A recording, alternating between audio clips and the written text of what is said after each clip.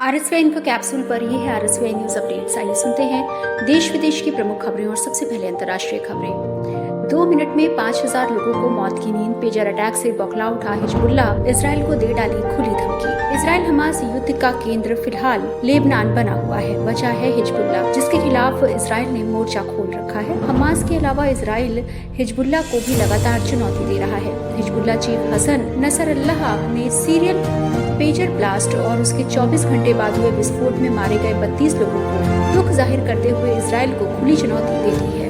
Pager walkie talkie blast के बाद तबाह किए 30 मिसाइल लॉन्च पैड। हिजबुल्ला की धमकी पर इसराइल की एयर स्ट्राइक। इसराइल की ओर से लगातार तीसरे दिन भी लेबनान पर हमले जारी हैं। Pager, walkie talkie, solar panel, fingerprint devices व रेडियो में ब्लास्ट के बाद इजरायली वायुसेना ने हिजबुल्ला के 30 मिसाइल लॉन्च पैड, गोला बारूद डिपो और सैन्य इमारतों पर हवाई हमले किए। इसमें हिजबुल्ला के 30 मिसाइल लॉन्च पैड तबाह हो गए।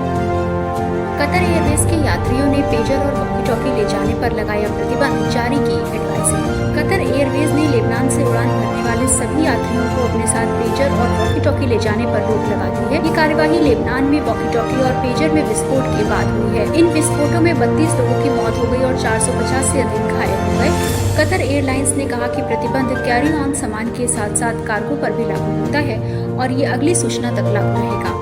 बांग्लादेश में अल्पसंख्यकों की जमीन पर जबरन कब्जा, सांप्रदायिक हिंसा के खिलाफ हिंदुओं का देशव्यापी प्रदर्शन। बांग्लादेश में अल्पसंख्यकों के संगठन बांग्लादेश हिंदू बौद्ध ईसाई ऐक्य परिषद ने देश में हुई सांप्रदायिक हिंसा की संयुक्त राष्ट्र की देखरेख में स्वतंत्र और निष्पक्ष जांच कराए जाने की मांग की है। संगठन के उपाध्यक्ष निर्मल रोजारियो ने कहा कि 4 से 20 अगस्त के बीच देश भर के 76 जिलों और महानगरीय क्षेत्रों में से 68 में सांप्रदायिक हिंसा की कुल 2010 घटनाएं हुई, जिसके परिणाम स्वरूप 9 लोगों की मौत हो गई। आइए जुड़ते हैं देश के साथ और सुनते हैं राष्ट्रीय खबरें।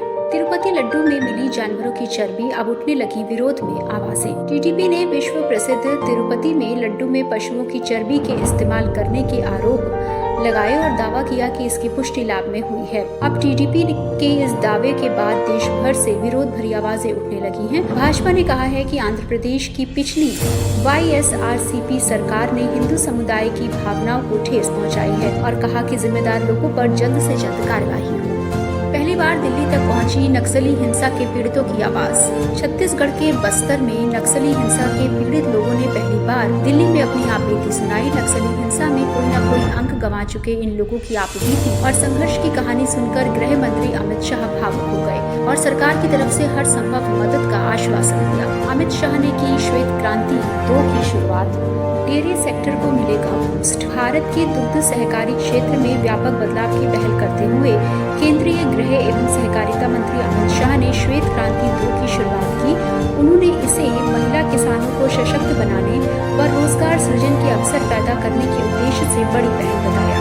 भारत से यूक्रेन हथियार पहुंचने की खबर भ्रामक। विदेश मंत्रालय ने विदेश मीडिया के दावों को किया खारिज।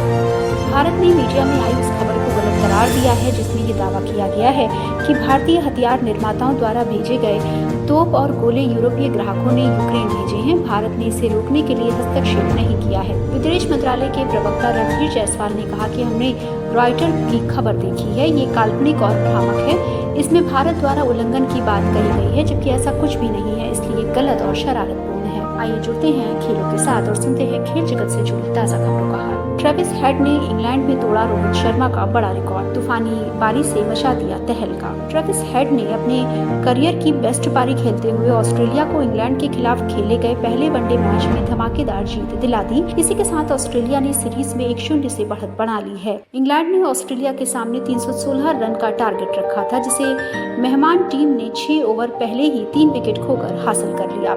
ये थी अब तक की प्रमुख खबरें। अगली खबरों के साथ जल्द होगी मुलाकात। सुनते रहिए आरएसवीआई इन्फो कैप्सूल और इंफोटेनमेंट के सफर में रहिए हमारे साथ।